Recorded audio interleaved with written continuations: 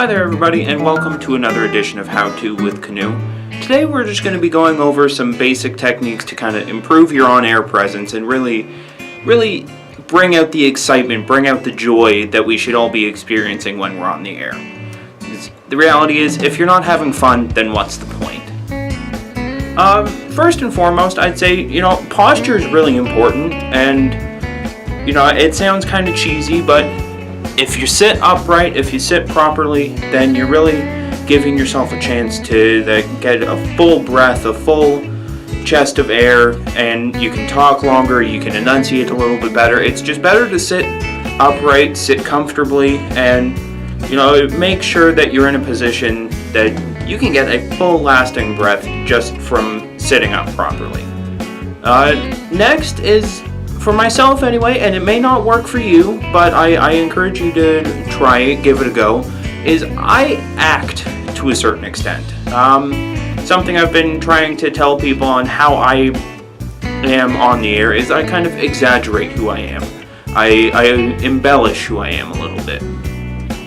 That's not to say I'm lying to the on-air audience, but as you can hear, I'm talking pretty emphatically, but not really over the top. It's nice, it's smooth talk, but when I'm on the air, it goes from this to, hey, how's it going? Welcome to Canoe. This is what we are doing today. We've got lots of great music, lots of information, and all sorts of stuff for us to be talking about today, but for right now, we've got this song coming up right here on Canoe FM. See, as much as it's acting, it's still me. I've just taken my personality and almost made a cartoon of myself, an over-exaggeration of myself. And, you can try that yourself. Some of you have pretty laid-back, pretty smooth-sounding voices, and I don't really encourage you folks to try and go super over the top, because for a lot of you, it doesn't make sense. It wouldn't fit with your personality, with your voice, to be the over-the-top car salesman kind of personality that I have. So what I do encourage, however, is, like I said, kind of embellish who you are, kind of play it up for our or for our audience, rather. If you're a nice, smooth-talking person, perhaps as you're going into songs, you can treat it as a nice, smooth song, like, oh, and we're gonna slow things right down with this song. Maybe we'll pick things up later, but I've got some information for you coming up. The next thing I encourage, so we've talked about posture, we've talked about kind of embellishing your personality and kind of acting a little bit on the air. The next thing I want you to try is just practice, and I know that it's awkward, but in terms of like ad-libbing your introductions to songs, or finding clever segues into music, finding clever segues out of music.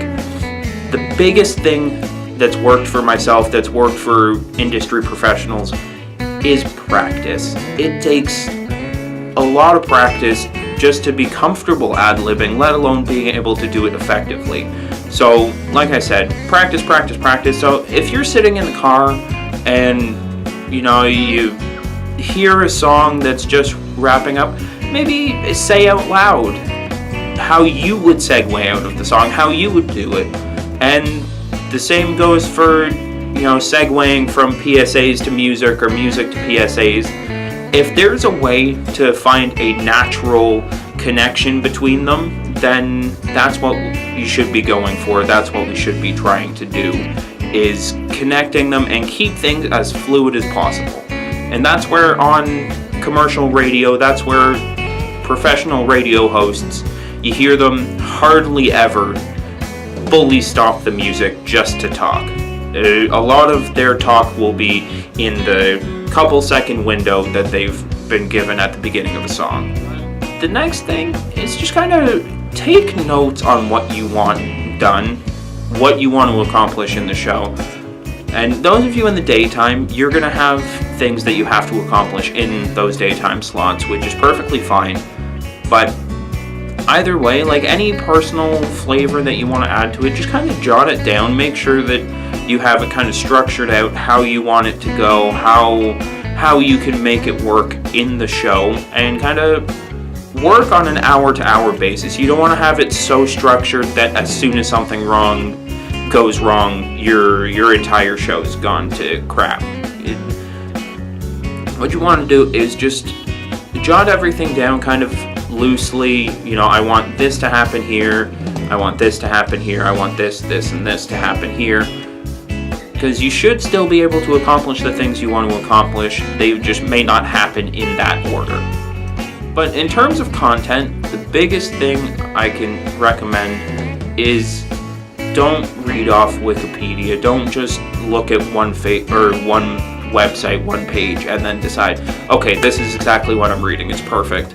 If you want to do that, that's one thing, but if you're going to be reading stuff off of websites, I recommend grabbing it well in advance, and, like I was saying earlier, with the notes you've jotted down, kind of find ways of making that information conversational. If you're reading off Wikipedia, a lot of people can tell that you're just reading articles, and frankly, that doesn't make the best radio. What makes the best radio is what some of our hosts are able to do, what some of radio professionals are able to do, is take this information that they read, that they see, and turn it into something that sounds like it's just coming off the top of their head.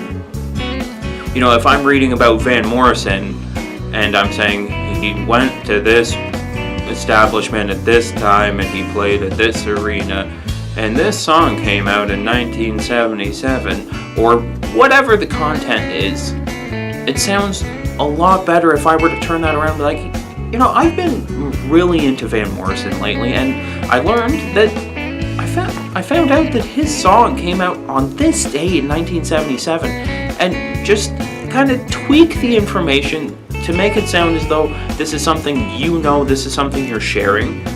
Though that said, I don't want you to plagiarize people, but that's a whole other conversation. And, for the rest of the day, or the rest of your show rather, just have fun and go nuts.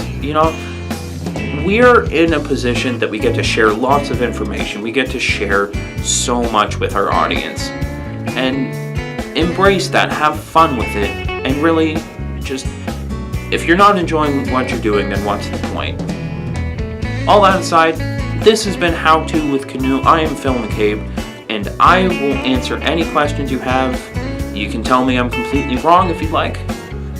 But for right now, we're going to get going out of here so people can come in the studio. Thanks, and have a great day.